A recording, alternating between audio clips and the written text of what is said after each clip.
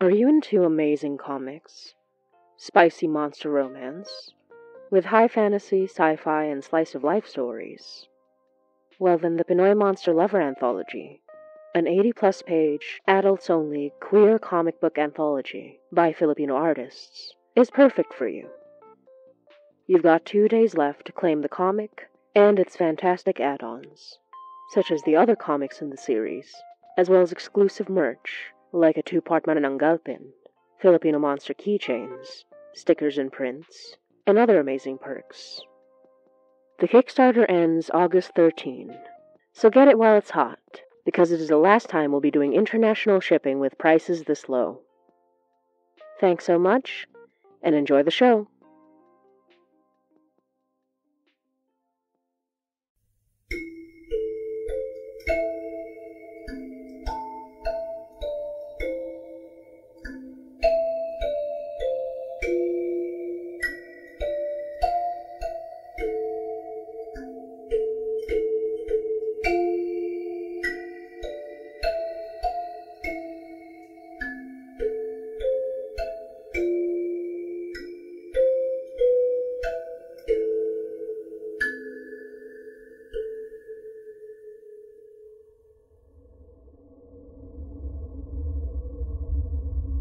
You're listening to Hainay by Motzie Dapul.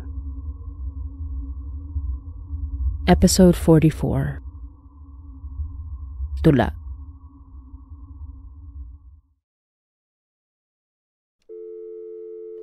An old episode? Oh, yeah, of course. Which one? I know this might sound weird, but it's a vague lead we got. Not sure what it means yet, but my friend said you might know. It was written like... On the first line, it says, young, ... And on the second line, ... had a lover. Oh, yeah, young Will. Sorry? It's this nursery rhyme, I guess? Or like, I don't know how to describe it. It was only in Toronto, and I don't even think it was known outside of a couple of neighborhoods in the city. Mostly Cabbagetown, Chinatown, Kensington, central downtown places. Like one of those urban legends. The only reason I knew about it was because of this sleepover when I was a kid. I talk about it in the episode. Let me send it over. Thank you. This is a huge help. Ma'am, did you forget you saved me from getting murdered? Come on. And you don't owe me a thing. Sure. Okay, here. I remember. It was like Bloody Mary, you know? Or Candyman? Like summoning ghosts in front of a mirror? Exactly. Was any of that ever real, by the way? Only for the unfortunate. Well, this one wasn't really a name thing. It was more like a rhyme. You had to sit in a dark place, usually a bathroom, with a candle, and say the rhyme. It was one of those ones with a history. About the big ward fire back in the 30s. I've heard about the ward. Yeah, it was this historical district in Toronto. There was this huge fire back in the 30s that killed a lot of people. I think that's why the rhyme was made, you know? But nobody really knew who Will was. Though there was this one historian or professor or something who had a really good guess. I need to double check though. Last time I googled this was years ago. We'll always welcome more information. Sorry, I didn't mean to keep you. Just sent the old episode. It's weird to hear myself talking about these things before I really fully believed in it. Anyway. Thank you, DJ. Here to serve.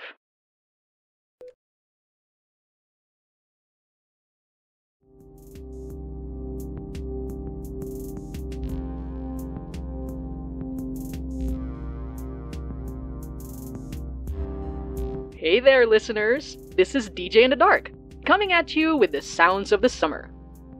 The noise of the summer, if you live near young Dundas Square. Could you imagine if I just started playing some tunes? I'm sure fans of the old show would love that, but that's not what you're all here for. You're here for the scares. I've got a special treat for you all today. But for fans of our caller segments, don't worry. We'll be right back to our regularly scheduled program in the next episode. Today, I wanted to tell my own spooky story, and the incident that inspired me to make this show in the first place. After a long and storied career as your favorite weekday morning DJ with a name to match. This might be a deep cut, but do you all remember that old party game, Young Will? It might not be familiar to everyone. I'm pretty sure it was only a thing for the kids who grew up around downtown core. You know, Cabbagetown, Kensington, Church Wellesley, the Discovery District, and all that. Used to be a place called St. John's Ward. It was where all the immigrants gathered back in the day. Busy, crowded, full of refugees at one time or another. Of course, the city called it a slum and wanted to make it better. Until the fire.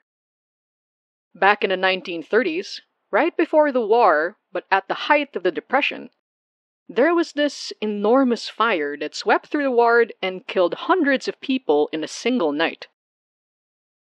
Nobody knows the origin of the rhyme. And I did my research, okay? Went to the reference library and everything. But it was pretty clearly about the fire. And it got pretty big around the 80s and 90s as one of those spooky sleepover games.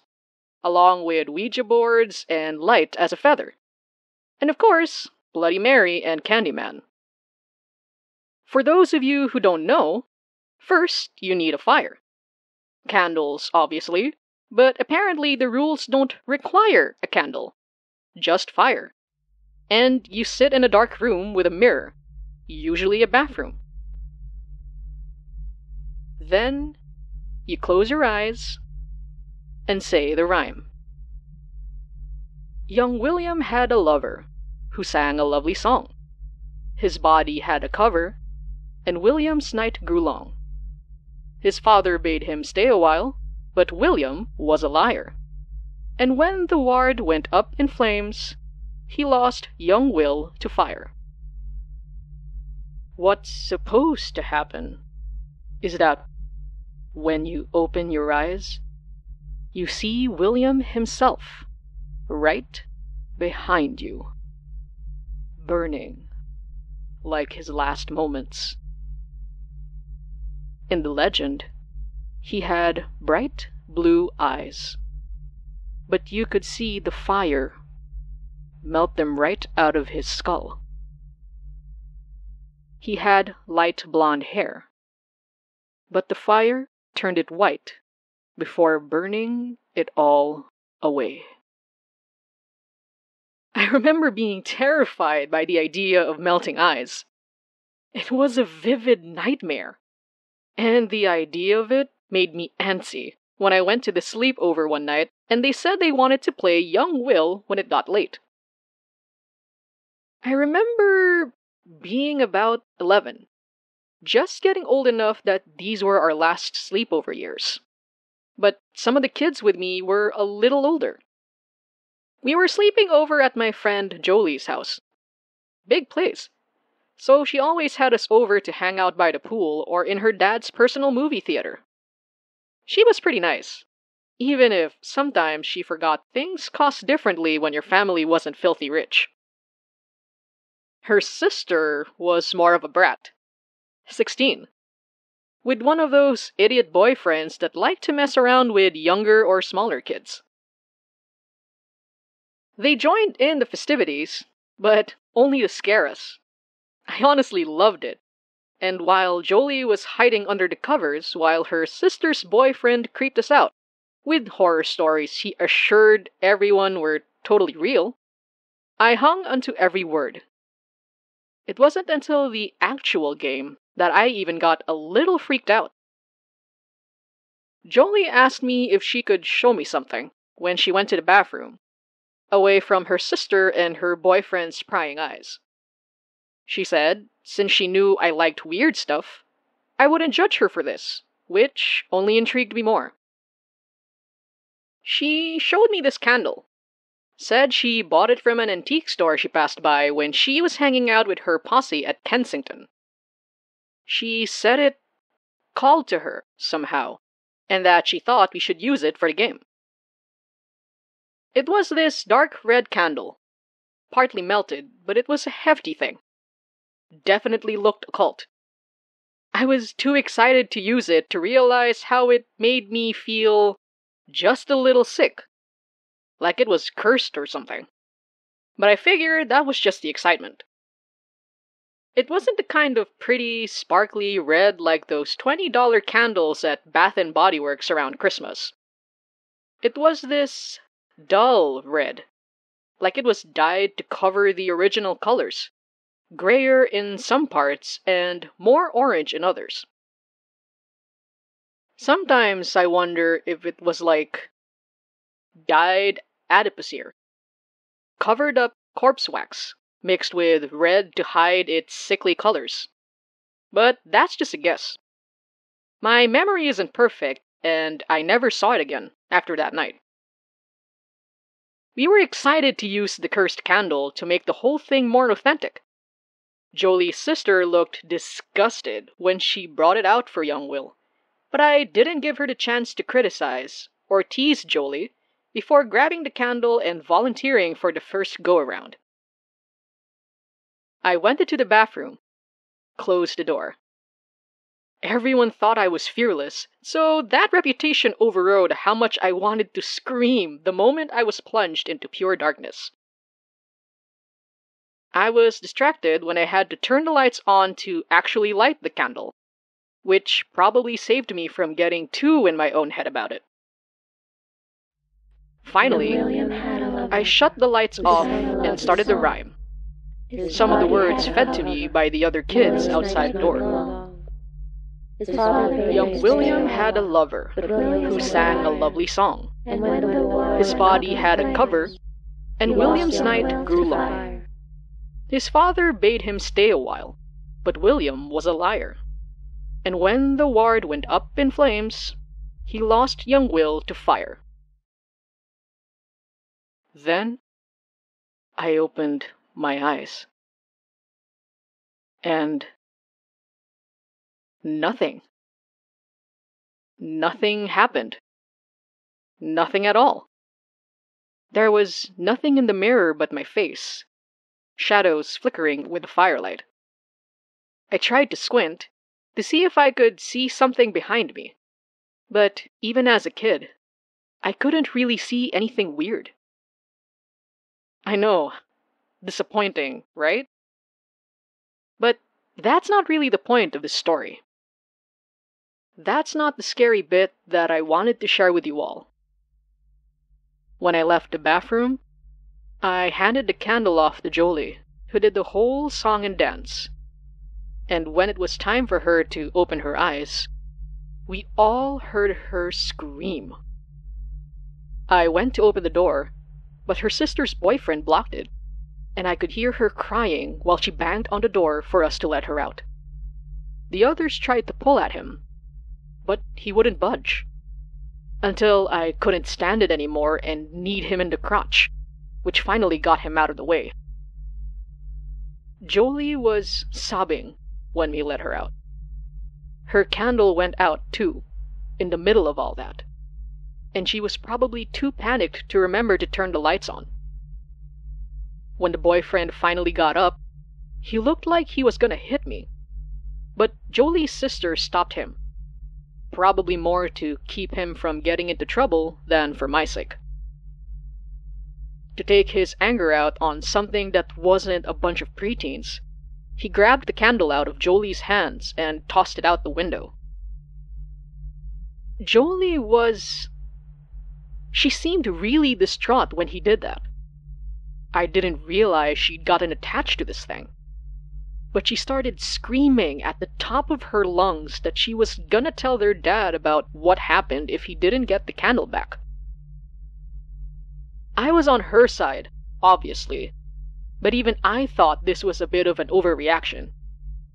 It wasn't like her at all. She was always so nice, and the worst I saw was when she got a bit weepy, like in the bathroom. She never screamed like this. Never looked like she wanted to kill someone, like she did with her sister's boyfriend. You could tell the older teens were shocked by this shift too, because her sister smacked her boyfriend's arm and told him to get the stupid candle back. Then he left. Me and a couple of others helped Jolie calm down, get a bit of water in her after everything that happened. We didn't notice when her sister left the room, though I did hear she was gonna see what was taking him so long. We were all too happy to have them both out of the way, so we really didn't pay attention to where they went until the next morning, after we all settled into the mattresses Jolie's parents, or more accurately the people who worked for them, set up for us. We had our sleepover, woke up the next morning. No problems at all. We said our goodbyes, went on home. I didn't even realize anything had gone wrong until about a week later, when Jolie told me in a hush at the library that her sister wasn't coming to school. When I asked why, she said she was a mess after her boyfriend hadn't talked to her in days, and she didn't know why. 2 weeks later, I started seeing some missing posters pop up, and I recognized the guy that made Jolie cry in one of them. Last seen about a day or two after the sleepover.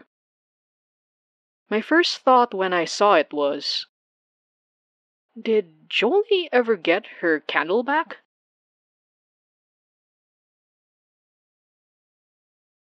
I'd end it there, if this was a spooky little story that someone shared with me. But honestly, it's not fun to think about, now that I'm way older than a naive kid or a dumbass teen. It's not fun to think about how I met this guy and he just went missing 2 days later. I didn't know him well enough to know how his family took it, how people reacted in his neighborhood. I don't even know if they ever found him. I messaged Jolie a couple weeks back to ask if she remembered his name, but she didn't know. Said she would have asked her sister, but she died a few years back from some bad decisions, or so she said. And it probably wouldn't be a good idea to bring it up to her parents. I tried to look him up through a database, through records, but nothing. Maybe they did find him. Maybe the records are incomplete. Not knowing is what gets me to this day. Sorry if this is a bit of a downer episode. A lot of the stories are pretty fun, especially when we do creepypastas and urban legends and all that. But some of them are just super personal. And they remind me of why I got into this gig in the first place. I love the supernatural, don't get me wrong. But a lot of this, it's just stories, right? Telling the story so you can remember it. Stuff that affected you. Your childhood. Your trauma. I wasn't traumatized by this or anything, because it didn't even really have anything to do with me. It might sound stupid, because I don't even remember his name. But I don't want to forget this kid that went missing years ago. I don't want to forget that I was in the same room as him. That he was my friend's sister's boyfriend. I don't want to forget he existed. Anyway, I think about him every time I read about young Will, or hear the rhyme still being spread around. I looked up the rhyme for this episode, and found this literature professor's blog post about it, speculating about why it was written in the first place, and talking about the little details a lot of people overlooked about the rhyme. One, that William most likely did exist, and that this professor connected him to a record of a historical William that died around the same time the Ward Fire happened, though it's not confirmed whether he died in that fire. Two, that William's lover was definitely male, which means William was a gay or bi man living around the 1920s, 1930s. And three, that the person who first wrote about this rhyme claimed he heard it from somewhere else, but we don't know if that was true or not, or if this person was simply pretending it was from somewhere else, to give it a more mysterious edge. The writer was a man named Henry Wallace Donner, a black writer who'd submitted a few pieces to a local paper which employed a handful of non-white writers in the 40s and 50s. Whether or not he invented the rhyme, the professor was comfortable in attributing him as the primary source.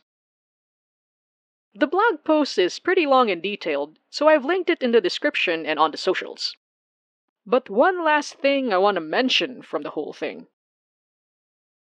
The professor said Mr. Donner either had an active imagination, or he had inside knowledge of what happened to the real-life William this rhyme is supposedly based on, because public information wasn't released about the death of this aristocrat's son, William Savard II.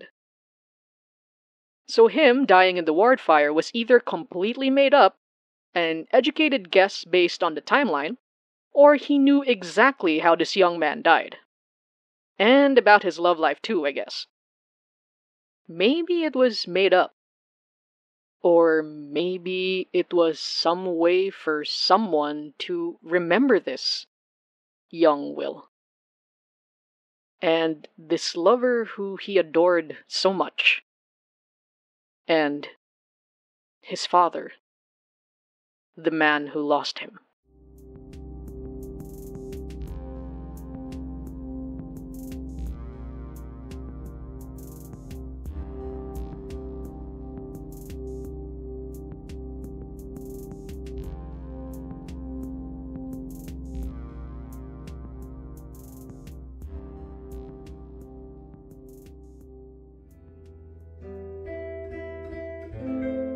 You're listening to Hainai by Motzie Dapul.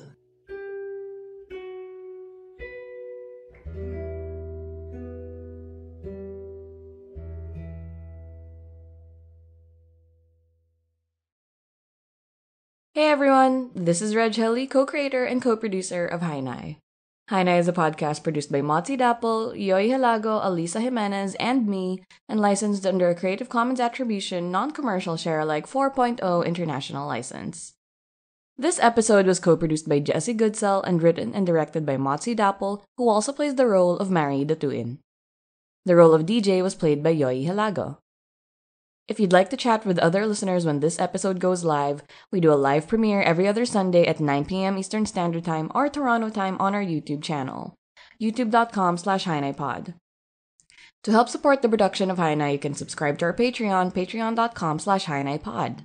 You'll get to be part of our early access program where we release episodes 3 days early on Thursdays at 9 p.m. Eastern Standard Time, and you can also get bonus video, audio, art, and so much more. Speaking of Patreon, we'd love to give a shout out to the following patrons for all their amazing support as always.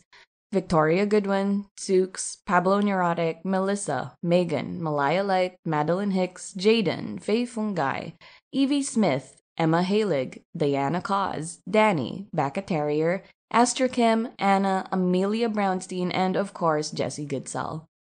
If you can't subscribe monthly, you also have the option to buy us a milk tea on Ko-fi, ko-fi.com/HainaiPod. That's ko-fi.com/HainaiPod. Our ad-free Hainai album, which has our official music and full episodes from Act 1 and 2, is also available in both Patreon and the Ko-fi store. Check out our website, hinaypod.com, for more news and updates, and don't forget to follow us on our blog, hinaypod.tumblr.com, as well as our socials, Twitter, Facebook, and Instagram at hinaypod. Hinay is available on Acast and wherever you listen to podcasts. We hope you enjoy our Act 3 episodes, and as always, thank you, we love you, and hanggang sa muli.